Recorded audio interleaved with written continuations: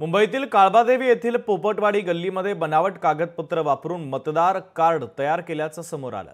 ज्या इमारतीच्या पत्त्यावरून त्यांनी ही मतदान ओळखपत्र बनवलं त्या सोसायटीमधील सदस्य आणि आम्ही गिरगावकर या संघटनेच्या वतीने आमच्या सोसायटीचे हे सदस्य नसताना आमच्या सोसायटीच्या नावावर मतदार ओळखपत्र बनवलं असल्यानं तत्काळ त्यांचं मतदार ओळखपत्र रद्द करा अशी मागणी केली जाते।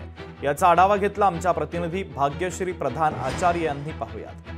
सर्वत्र देशात मतदार याद्यांमधील घोळ आणि बनावट ओळखपत्र यामुळे चर्चा रंगलेली पाहायला मिळते। असाच एक धक्कादायक प्रकार मुंबईतील काळबादेवी परिसरातील पोपटवाडी या गल्लीमध्ये देखील पाहायला मिळतोय। या ठिकाणी आपण आता आहोत, ज्या ठिकाणी ही गोल्ड मोहर अशा नावाची बिल्डिंग आहे। ज्या बिल्डिंगच्या पॅसेजमध्ये फुटपाथवर जिथे जागा आहे तिथे अनेक परप्रांतीयांनी आपला संसार थाटलेला पाहायला मिळतोय।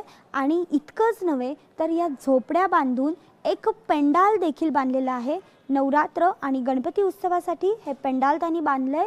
या व्यतिरिक्त त्यांनी या गोल्ड मोहर या सोसायटीच्या नावाने पावती पुस्तिका देखील छापलेल्या पाहायला मिळतात। मात्र या सगळ्या प्रकरणाला गोल्ड मोहर या सोसायटीतील रहिवाशांचा मात्र जोरदार विरोध असल्याचं पाहायला मिळतंय।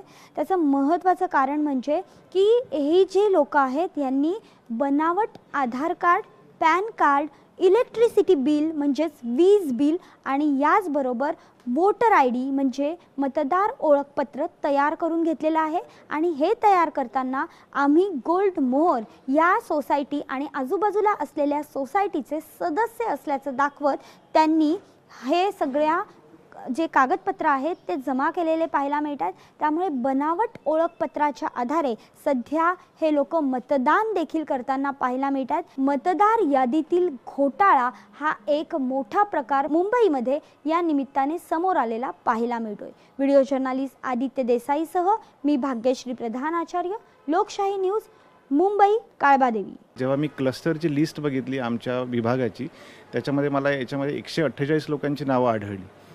तसंच आम्ही त्याचा पाठपुरावा करत इलेक्शन कमिशनकडे गेलेलो।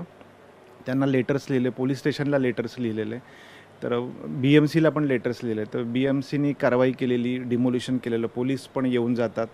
पोलिसांनी जवळपास 100 वेळा कारवाई केलेली आहे, BMCनी 50 वेळा डिमोलिशन केलेलं आहे। हे सगळं केल्यानंतर आम्ही त्यांचे वोटर ID कॅन्सलेशनसाठी इलेक्शन कमिशनकडे गेलो मी स्वतः। तर तेव्हा ते लोक कॅन्सल करायला तयार नाही आहेत। त्यांनी जेव्हा इलेक्शन कार्ड्स बनवलेले आहेत तो कालावधी संपुष्टात आला, त्याच्यामुळे आम्ही त्यांच्याकडे पण त्याची माहिती दिली होती, आधार कार्ड, पॅन कार्ड किंवा इलेक्ट्रिसिटी बिल। त्यांनी त्याचं व्हेरिफिकेशनच केलेलं नाही आणि डायरेक्ट वोटर ID त्यांना इश्यू केलेले आहेत। लोकशाही मराठी ऐका, पहा, जागरूक रहा।